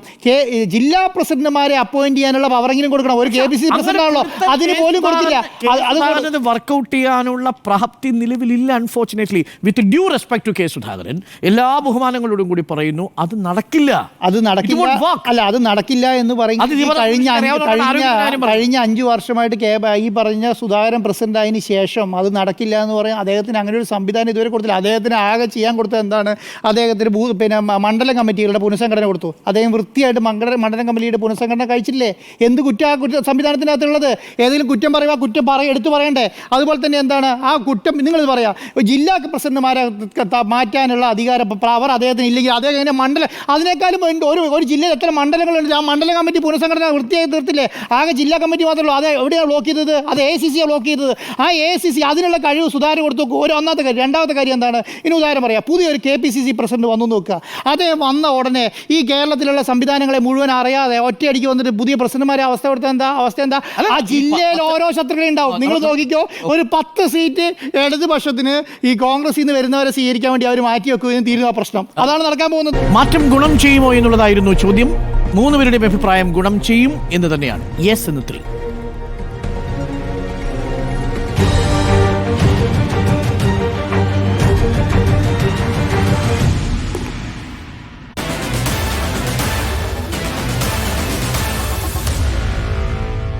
Meet the editors.